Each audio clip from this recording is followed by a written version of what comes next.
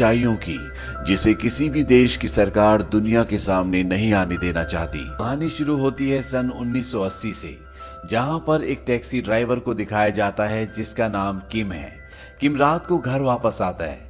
दरअसल वो एक किराए के घर पर रहता है और उसका इस दुनिया में उसकी बेटी के अलावा कोई भी नहीं है, क्योंकि उसकी पत्नी गुजर चुकी है। और जब वो घर आने के बाद अपनी बेटी को देखता है तो उसके सिर पर एक घाव का निशान होता है और वो समझ जाता है कि मकान मालिक के बेटे ने उसे मारा है। वो गुस्से से उनके घर जाता है, लेकिन इससे पहले कि वो कुछ बोल पाता, वहां पर जो उसकी ओनर होती है वो कहती है कि तुम्हें अपनी बेटी को कुछ सिखाना चाहिए, देखो उसने मेरे बेटे का क्या हाल किया है। दरअसल उसके बेटे को भी किम की बेटी ने बहुत बुरी तरह से मारा होता है और इसके बाद वो बोलती है कि तुमने पिछले 4 महीनों से किराया नहीं दिया और तुम्हारा किराया अभी 20,000 रुपए ड्यू है। इस बात से किम परेशान हो जाता है। वो उन्हें सॉरी कहता और वापस अपने कमरे में आ जाता है, लेकिन वो अपनी बेटी को अपनी परेशानी नहीं दिखाता, क्योंकि वो उससे बहुत प्यार करता है। और जब उसकी बेटी सो जाती है तो वो रेडियो पर सुनता है कि साउथ कोरिया में मार्शल लॉ लग चुका है। दरअसल साउथ कोरिया में आजकल दंगे चल रहे होते हैं, इसीलिए यहाँ पर मार्शल लॉ लगा दिया गया है। मार्शल लॉ का मतलब ये होता है कि पूरे देश को अब पुलिस या पॉलिटिशियन नहीं बल्कि आर्मी कंट्रोल करेगी।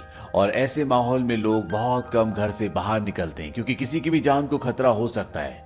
और किम इस बात से परेशान हो जाता है, क्योंकि वो जानता है कि कल से उसकी आमदनी और भी कम हो जाएगी। अब अगले दिन किम जब एक रेस्टोरेंट में खाना खा रहा होता है, तभी वो दूसरे टेबल पर बैठे कुछ टैक्सी ड्राइवर्स की बातें सुनता है। उनमें एक टैक्सी ड्राइवर बहुत खुश होता है। वो कहता है कि आज मुझे एक खास सवारी मिली है जिसे मुझे गोंगजू शहर ले जाकर वापस लाना है और बदले में मुझे 20,000 रुपए मिलेंगे। उसके दोस्त पूछते हैं कि ये कौन है। वो बताता है कि एक फॉरेनर है। उसके दोस्त पूछते हैं क्या तुम उसकी भाषा जानते हो। वो बताता है कि मैं यूएस मिलिट्री कैंप के आसपास पला बड़ा हूँ, इसीलिए मैं उनकी भाषा समझ भी सकता हूँ और उन्हें समझा भी सकता हूँ। बस मैं खाना खाऊंगा और सीधा थिएटर जाऊंगा जहां से मुझे उस सवारी को रिसीव करना है। दूर बैठा किम ये सब कुछ सुन रहा होता है। किम को अगर ये सवारी मिल गई तो उसके घर का रेंट, जो कि 20,000 4 महीने का बाकी है, वो पूरा का पूरा एक बार में चुकता हो जाएगा। इसीलिए किम उस टैक्सी ड्राइवर से पहले खुद वहां पर पहुंच जाता है। थिएटर के बाहर पहुंचने के बाद वो अपनी सवारी को पहचान लेता है, क्योंकि वहां पर एक ही फॉरेनर होता है। इसका नाम पीटर होता है। वैसे तो ये एक जर्मन है, लेकिन पिछले 8 सालों से एक रिपोर्टर के तौर पर ये जापान में काम कर रहा है।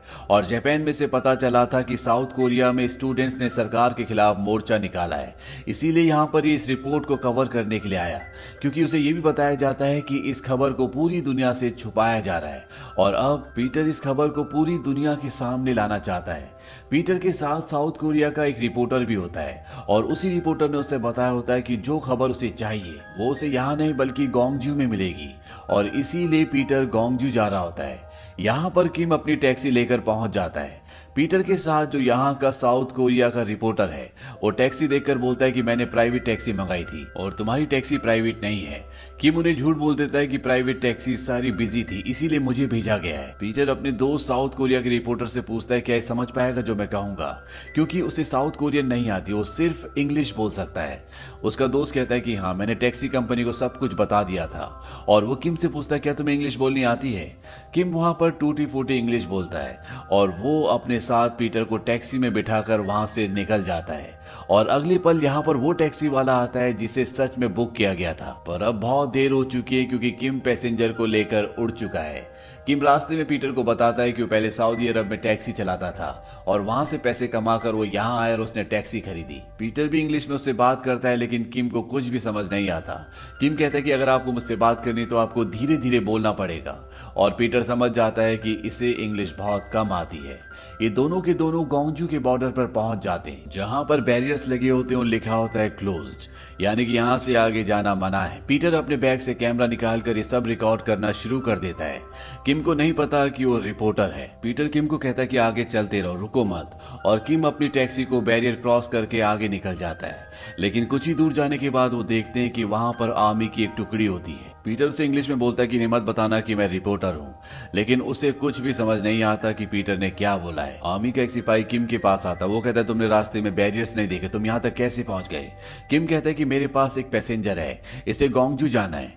आर्मी का सिपाही कहता है क्या तुम मरना चाहते हो, तुम्हें यहीं से वापस लौटना होगा। और किम अपनी टैक्सी को वहां से वापस घुमा लेता है। और जब वो कुछ दूर पहुंचते तो पीटर उससे पूछता है क्या रास्ता भी गोंगजू जाता है। किम कहता है कि हम गोंगजू नहीं जा सकते क्योंकि आर्मी ने रास्ता बंद किया हुआ है, हम वापस सियोल जा रहे हैं जहां से हम आए थे। पीटर उसे कहता है कि अगर तुम गोंगजू मुझे नहीं ले गए तो मैं तुम्हें एक भी पैसा नहीं दूंगा। किम पीटर से पूछता है कि तुम्हारे पास ये कैमरा कैसा है, तुम गोंगजू क्यों जाना चाहते हो। पीटर इस बात से इरिटेट हो जाता है। वो कहता है तुम सिर्फ मुझे गोंगजू पहुंचा दो, what I am doing there it's none of your business. और इस पूरी लाइन में किम को सिर्फ एक ही वर्ड समझ आता है और वो होता है बिजनेस। वो कहता है क्या तुम बिजनेसमैन हो। पीटर को इस बात पर हंसी आती है। वो कहता है हाँ मैं बिजनेसमैन हूँ। और अब किम यहाँ से थोड़ा सा आगे जाकर एक किसान से पूछता है कि मुझे गोंगजू जाना है, क्या गोंगजू जाने का कोई दूसरा रास्ता है। वो किसान बताता है कि हाँ पहाड़ों से एक कच्चा रास्ता गोंगजू जाता है, तुम वहां से जा सकते हो। और किम पीटर को उसी रास्ते से लेकर गोंगजू की तरफ बढ़ जाता है, लेकिन उसकी किस्मत एक बार फिर उसका साथ नहीं देती। कुछ ही दूर जाने के बाद वहां पर एक और चेक पोस्ट होती है जहां पर आर्मी खड़ी होती है। किम अपने मन ही मन में कहता है कि शायद ये लोग मुझे पैसे नहीं कमाने देंगे। वो टैक्सी से उतरकर आर्मी ऑफिसर से बात करता है। वो कहता है मेरे साथ एक अमेरिकन बिजनेसमैन है जिसे मैं अभी एयरपोर्ट से लेकर आ रहा हूँ। ये एयरपोर्ट से अपने देश वापस जा रहा था, लेकिन ये अपने कुछ डॉक्यूमेंट्स गोंगजू शहर में भूल गया और अगर इसे वो डॉक्यूमेंट्स नहीं मिले तो ये कभी भी अमेरिका नहीं जा सकेगा और हमें इसे वापस इसके देश भेजना होगा, इसलिए मुझे गोंगजू जाना बहुत जरूरी है। वो आर्मी ऑफिसर कंफ्यूज हो जाता है, पर वो फाइनली इन्हें आगे जाने की परमिशन दे देता है और साथ ही साथ इन्हें यह भी बताता है कि वहां पर दंगे चल रहे हैं, तुम्हें जल्द से जल्द वापस आना होगा। किम ये सुनकर हैरान होता है, लेकिन फिलहाल वो यहाँ से आगे बढ़ जाता है और कुछ ही दूर जाने के बाद वो टैक्सी रोककर पीटर से कहता है कि अब तुम्हें पैसे देने होंगे, नहीं तो मैं यहाँ से आगे नहीं बढ़ूंगा। पीटर उसे आधे पैसे देता है और कहता है कि आधे पैसे वापस जाने के बाद, यानी कि जब तुम वापस मुझे सियोल छोड़ दोगे। किम को भी उसकी बात माननी पड़ती है और ये दोनों के दोनों अब गोंगजू शहर में पहुंच चुके हैं जहां पर चारों तरफ सन्नाटा है। और तभी एक ट्रक इनकी गाड़ी के आगे रुकता है जिसमें बहुत सारे कॉलेज स्टूडेंट्स होते हैं जो प्रोटेस्ट कर रहे होते हैं। पीटर इन्हें देखकर अपना कैमरा निकालता और इन्हें शूट करना शुरू कर देता है और किम को यहाँ पर समझ में आ जाता है कि ये बिजनेसमैन नहीं बल्कि एक रिपोर्टर है। कॉलेज स्टूडेंट को पता चलता है कि एक रिपोर्टर है तो वो खुश हो जाते हैं। दरअसल ये भी चाहते हैं कि जो कुछ भी यहाँ पर चल रहा है उसके बारे में दुनिया को पता चल सके। यहाँ पर एक लड़का होता है जिसका नाम ब्रूस होता है, जिसे इंग्लिश आती है और वो पीटर से बात करना शुरू करता है। ब्रूस पीटर को बताता है कि हम हॉस्पिटल जा रहे हैं जहाँ पर जख्मी है। पीटर कहता है क्या मैं तुम्हारे साथ चल सकता हूँ। वो कहते हैं कि हाँ और पीटर भी उनके साथ उनके ट्रक में चढ़ जाता है। किम भी अपनी कार से उनके पीछे जा रहा होता है, लेकिन जैसे उसे मौका मिलता है वो वहां से निकल जाता है क्योंकि वो इन सब लफड़ों में नहीं पड़ना चाहता। वो वापस घर जाना चाहता है, लेकिन इससे पहले कि वो शहर से बाहर निकलता उसे एक लाचार बूढ़ी औरत दिखती है जो हॉस्पिटल जाना चाहती है क्योंकि उसका बेटा कल रात से गायब है और इसीलिए किम को उसे हॉस्पिटल लेकर जाना पड़ता है। और जिस हॉस्पिटल में वो जाता है पीटर और वो सारे स्टूडेंट्स भी वहीं पर होते हैं। दरअसल वो सब उसी को ढूंढ रहे थे क्योंकि पीटर का एक बैग उसकी गाड़ी के पीछे अभी भी था जिसके बारे में किम को कुछ भी नहीं पता था और वो सोचते हैं कि किम उस बैग को लेकर जा रहा था। किम पीटर को अपनी टैक्सी तक ले जाता और उसका बैग उसे वापस कर देता है। पीटर भी उसका बाकी बचा हुआ फेयर जो कि 10,000 और होता है वो उसे दे देता है। ये देखकर वहां पर सारे स्टूडेंट्स हैरान हो जाते हैं क्योंकि गोंगजू तक आने के ये पैसे बहुत ज्यादा होते हैं। उन्हीं में से एक स्टूडेंट उसके हाथ से पैसे छीनकर पीटर को वापस दे देता है और अब वो उसकी लाइसेंस प्लेट भी निकाल रहे होते हैं। किम इस बात से गुस्सा हो जाता है और जो 10,000 उसने पहले उससे लिए थे वो पीटर को वापस कर देता और कहता है कि जब मैं तुम्हें वापस छोड़ दूं तब तुम मुझे पैसे दे देना। और अब ये दोनों यहाँ से निकल जाते हैं, लेकिन इनके साथ अब ब्रूस भी होता है क्योंकि ब्रूस को इंग्लिश आती है।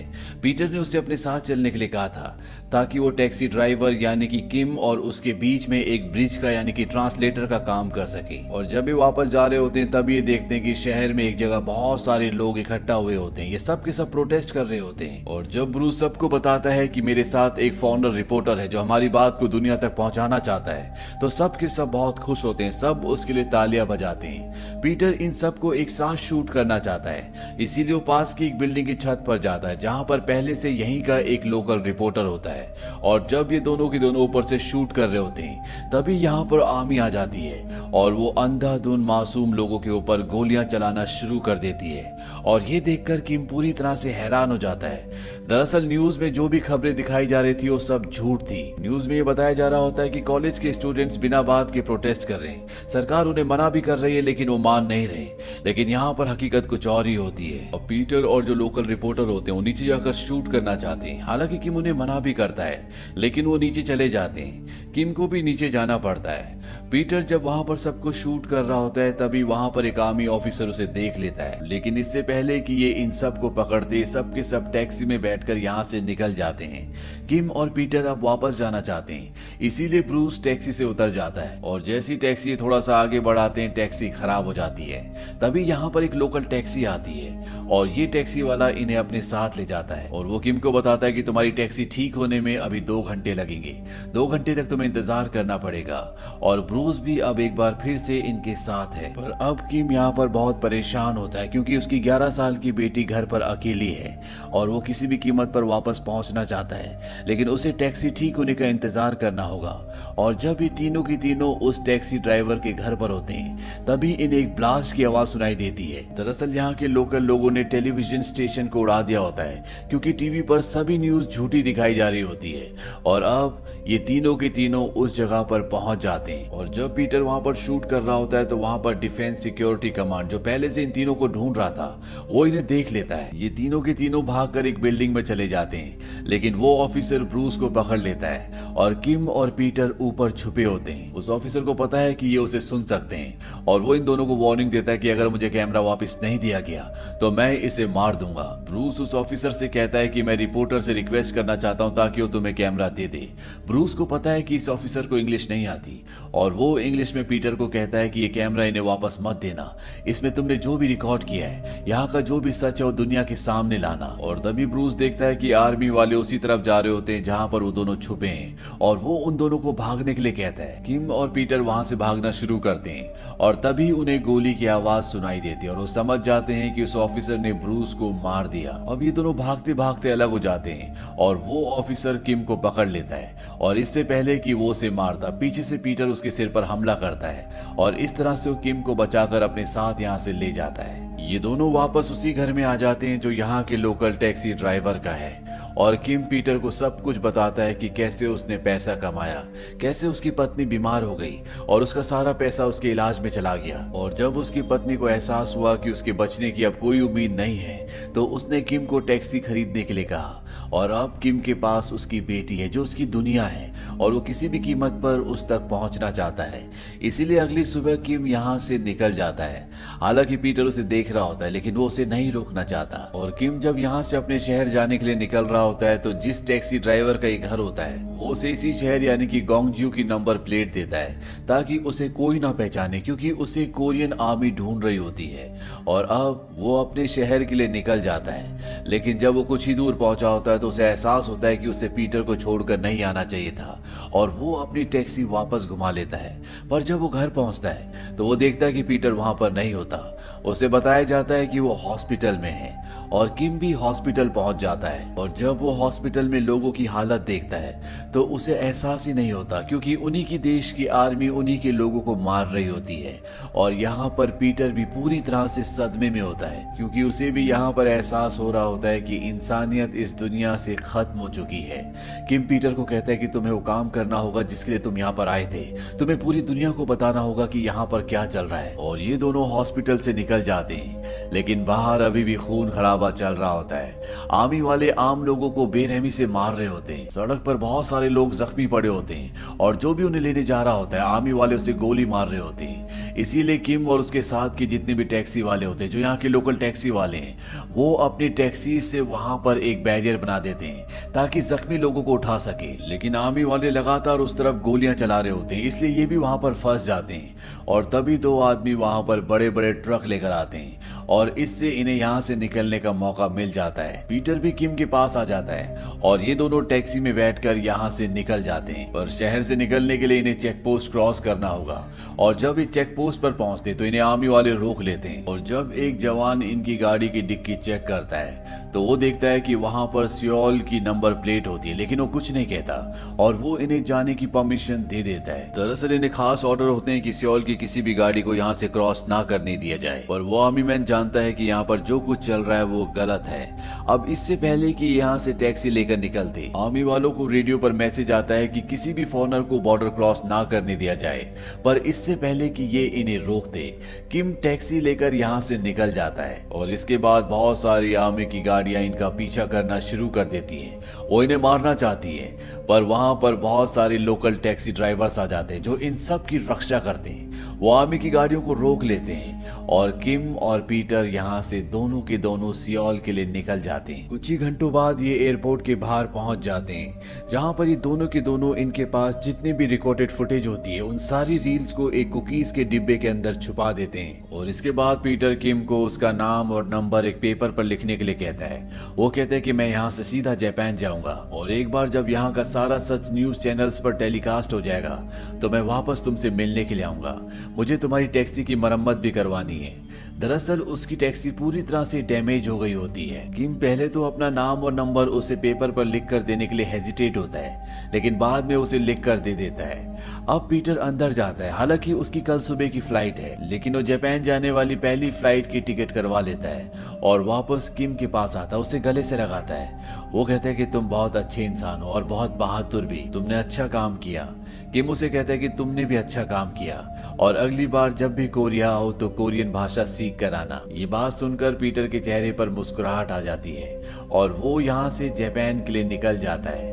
हालांकि यहाँ की जो आर्मी होती है उन्होंने लिस्ट में उसका नाम देख लिया था कि वो कल सुबह की फ्लाइट से जापान जा रहा है। वो उसे पकड़ना चाहते थे, लेकिन उन्हें ये पता नहीं चला कि पीटर उससे पहले रात को ही फ्लाइट से निकल चुका है। वहीं किम भी अपने घर पर आ जाता है, जहाँ पर उसकी बेटी उसका इंतजार कर रही होती है और वो अपनी बेटी को अपने गले से लगा लेता है। पीटर के जापान पहुंचने के बाद कोरिया के जो भी सही हालात थे वो दुनिया के सामने आ गए और दुनिया को पता चल गया कि कोरिया में जो कुछ हो रहा है वो ह्यूमन राइट्स के खिलाफ है और इंटरनेशनल प्रेशर की वजह से यहाँ की सरकार को अब मार्शल लॉ को हटाना पड़ा और यहाँ के जो भी हालात थे वो पूरी तरह से सामान्य हो गए। कुछ महीनों के बाद पीटर कोरिया वापस लौटता है और वो किम को ढूंढने की कोशिश करता है। वो उस नंबर पर कॉल भी करता है, लेकिन उसने जो नाम और नंबर दिया था वो गलत था, इसीलिए वो उससे मिल नहीं पाता।